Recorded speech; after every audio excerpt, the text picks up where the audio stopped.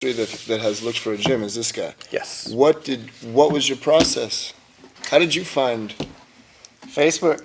So there you go. Yeah. I mean, and that ain't wrong. You found a solid gym, right? So there you go, man. At the time, it was a garage. Yeah. Oh, really? Yeah. It was actually somebody I knew that was training with him, so I hit her up and asked her about it. Yeah. And then she referred me to Nick. Yeah, referral, 100%, right? So I think that's how most people are going to go about it. I think most people are gonna get, first and foremost, if you got a buddy that trains, you're gonna go where they train. Like, why not? You know. So referrals, and if I look at my gym and the members and how we've gotten our people, it's referrals. Yeah. Pretty much high 90% of the time, I say by this point, is referrals. So yeah, if you know somebody, ask them. That's how I would find a gym. If you know somebody that trains, ask them. They'll not only tell you about the gym they train at, they might be able to even tell you at a couple other gyms they tried, save you the hassle. Yeah. So that's important. Plus, they can give you a heads up on how that gym rolls, right? If it's, compared to the other gyms, hard training, compared to the other gyms, easy training, whatever. Like, you'll know what you're getting into. So, and if not, man, Google's an awesome thing, man. I go by Google, and I don't necessarily go by the reviews so much as I'll try it myself. I could see, I remember when I signed up at NorCal back in the day, I don't think reviews were a super big thing, but what I had heard of them was mostly like scary stuff, right? So, but I went there, signed up, trained there for 2 years, so obviously it didn't bother me. I don't think the reviews would affect me too much. I think I'd have to try it personally. But hey, if you're a review person, read the reviews, man, because those people probably ain't lying. I mean, it's always a little suspect if it's a bunch of 5-star reviews in the same day, right? If you see that, then be like, but if you see, go read through them and comb through them, and you'll see some honesty. So, yeah, man, and then just try it out. If the gym is trying to lock you in with money without letting you try it, that's suspect. Go try something else. Every gym should let you try it. Yeah, for sure. Yeah, we always offer a free class. Most places do. And then usually if you're not sold on it in that first day, they'll be like, just come back. We'll give it another try.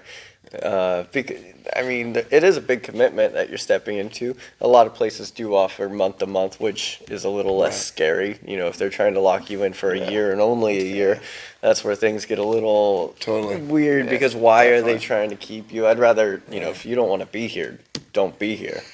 Where, if you want to come train and stay with us, if you offer a good program and you're month to month, people don't leave. Yeah, it's true. If you have a horrible program, but you're trying to trap people for a year, right? There's something going on there. I mean, FYI though, like I didn't know this till I owned a gym, right?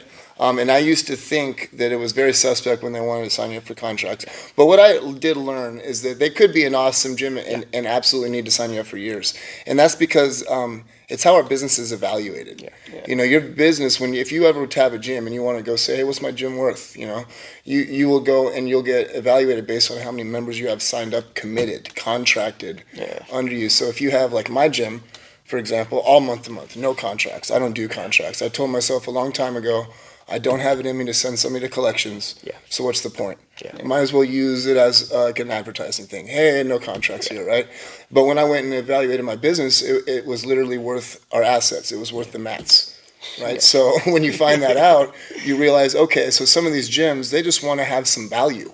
They might want to go get a loan and leverage their gym or something. And if you want to do that, you need to have contracts. That makes sense. For sure. We tried doing like 6 months or a year contracts, and the people who wanted to stayed anyway. And then if somebody wanted out, I don't send anyone to collections or anything. And if they need a month, it's like, hey, just let me know. We'll figure things out. But I have actually been sent to collections by a gym. Twice myself by gyms, And I was signed up. Back in the day, I signed up I was told that I was being signed up for a 6-month contract. 6 months came up, I was like, you know what, I'm going to move on. And they said I'm under a year contract. I said, what the heck? I signed a 6-month contract. And they're like, well, we can't let you out of it. And so I discontinued training. I was just like, okay, I'm not going to pay it. And then it went to collections. The only way I could get out of collections was for the owner of the gym to actually say that they're willing to drop it. And what they said was, okay, we'll offer you a buyout. So I paid like $300, and then I got the next collection notice. So the person pocketed the $300 and kept me in collections. That's fun. That's great. The gym got sold, and then so the debt got sold, and then the newer owner tried to collect, of and then course. eventually it was like, you know what, I'll just drop it since you did do the buyout and all the thing. But it sounded like he knew there was some shady things going on, That would have pissed me off, though. because he was trying to collect all these debts that were out there because of basically a scam. Yeah. So do be careful with contracts, but Michael's definitely right. If you get your business evaluated, if you're trying to leverage, you do need those contracts in place. And just be careful, like if you are signing a contract, look for that part in there. I remember this is what got me. I got sent to collections twice myself.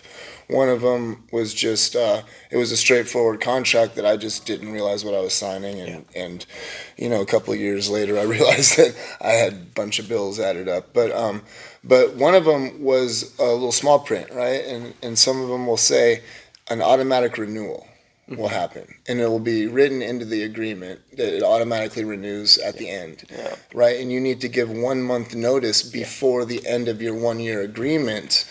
And if you don't, it's automatically renewed. For another year? No, month-to-month basis, okay. right? So you could then cancel, right? Like, so what happens is I found out I was still getting charged. I hit them up, said, what are you doing? And he said, okay, well, are you canceling? And I said, well, yeah, man, I signed my agreement ended. What are you talking about? And he said, okay, well, you're officially canceled, but you still owe for these 4 months. Right, I was obviously pissed. Never paid it. I mean, I think that one's sat in collections. I'm kind of stubborn about those things, right? But yeah, just look out for that kind of stuff because those, Definitely. they squeeze those in there. Yeah, I think location matters too. Yeah. You know, 'cause Location. like, the guy I ran into when he was looking for a gym, he actually asked me about this place, and because he's in Petaluma, he ended up signing up with you. Location, right? Yeah, no, of course that means a lot to people, man, and that is it's crazy. It means a lot at first, and it will eventually mean nothing. Yeah. Like you'll fall in love with a gym and move, 5 towns away and be like, I guess I drive 45 minutes to train now. It's like home. You just don't. Those are your boys now. You're not leaving. Depends on your commitment level and what you're looking for also, because there are people who only want a gym and they'll only go to the gym if they're within a 5-minute drive.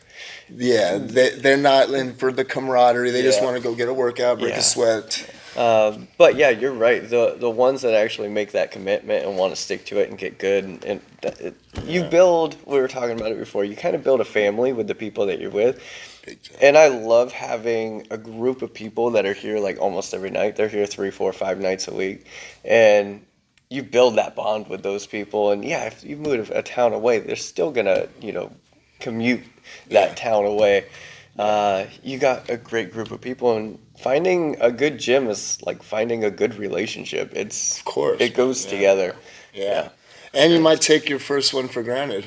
Yeah. Like you'll find that first gym will be awesome. Maybe you do go and bounce around at other gyms and you realize, miss my first love. Yeah. I missed my first gym, man. That one was really awesome, man.